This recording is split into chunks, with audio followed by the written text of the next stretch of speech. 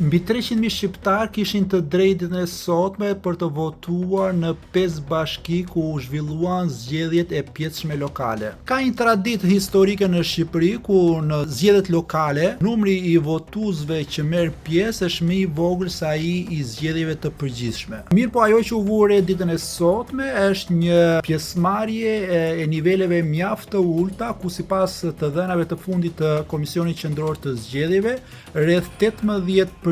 të votuesve me të drejtë vote kanë marrë pjesë në zgjedhjet e së dielës. Pjesëmarrjen më të lartë e ka pasur Bashkia e Matit dhe ajo e Tepelenës, ndërkohë që pjesëmarrjen më të ulët e kanë